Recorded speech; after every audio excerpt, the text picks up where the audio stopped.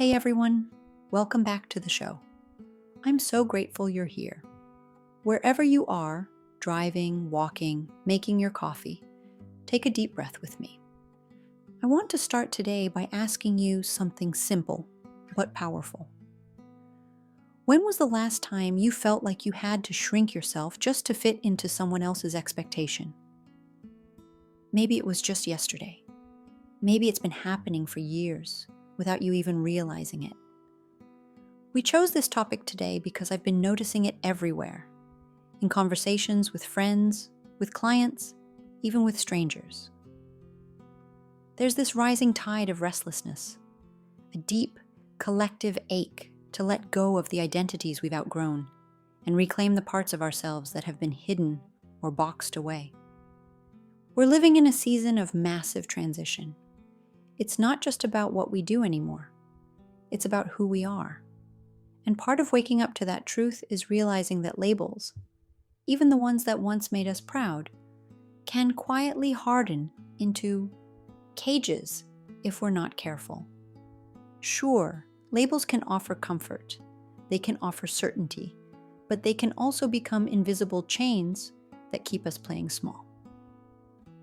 Today we're going to talk about how to recognize when a label no longer serves you, how to set it down with grace, and how to step forward into a life that's bigger, freer, and truer to who you are becoming. Because at the end of the day, the real question isn't who do they think you are? It's who are you becoming? And friend, you get to decide. So let's dive in.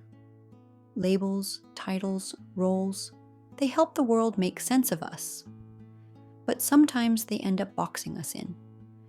Growing up, I was labeled the responsible one in my family. And sure, responsibility is a beautiful trait. It builds trust, it shows maturity. But for me, it became a silent burden. I felt like I couldn't show weakness. I couldn't ask for help. I couldn't have messy, chaotic moments. Maybe you were the smart one, the strong one, the funny one, or maybe the quiet one, the troublemaker, the peacemaker. Labels can feel like armor, but armor gets heavy. So here's something to reflect on. When was the last time you felt trapped by a label someone else gave you? The truth is, when we define ourselves solely by these external labels, we lose touch with who we are underneath them. We limit our growth. We resist change. We start to fear failure so much that we stop evolving. I have a friend who was known as the artist. And for years that label fit. Until it didn't. She realized she was burnt out and dreamed of opening a bakery. But it took her so long to admit it to herself, because she felt like abandoning the artist label was letting everyone down. The beautiful realization, she wasn't abandoning creativity. She was just expressing it differently. Maybe you're feeling that tug too, that inner whisper that there's more to you than the label you've worn for years.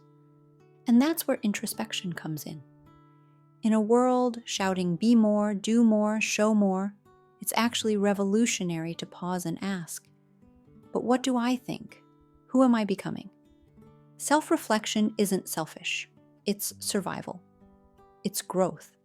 It's the compass that keeps you aligned with your true north.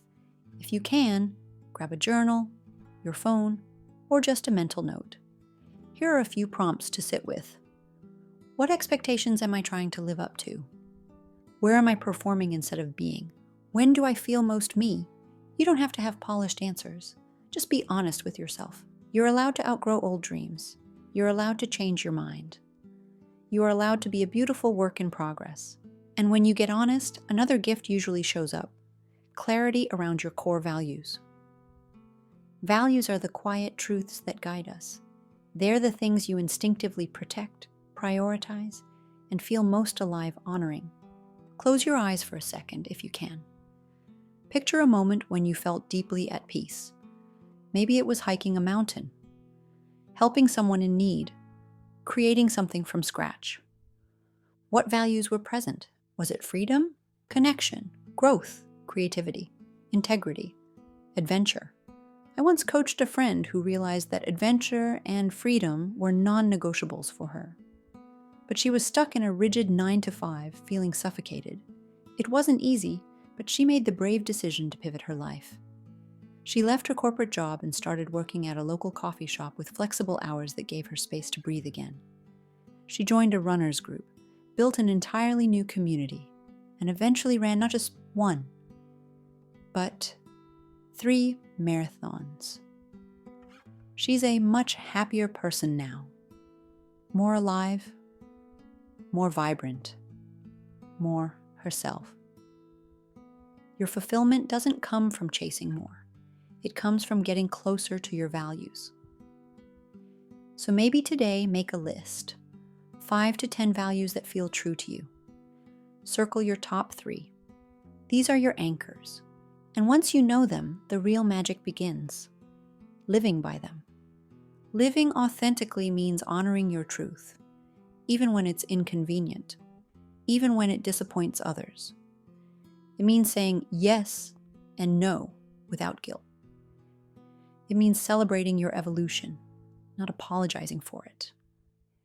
It means showing up as the real you, even when it's messy, even when it's still becoming. One listener shared something similar. She spent years trying to be the perfect mom, throwing Pinterest-worthy birthday parties, cooking elaborate meals, volunteering for every event. From the outside, it looked flawless, but inside, she felt drained, disconnected.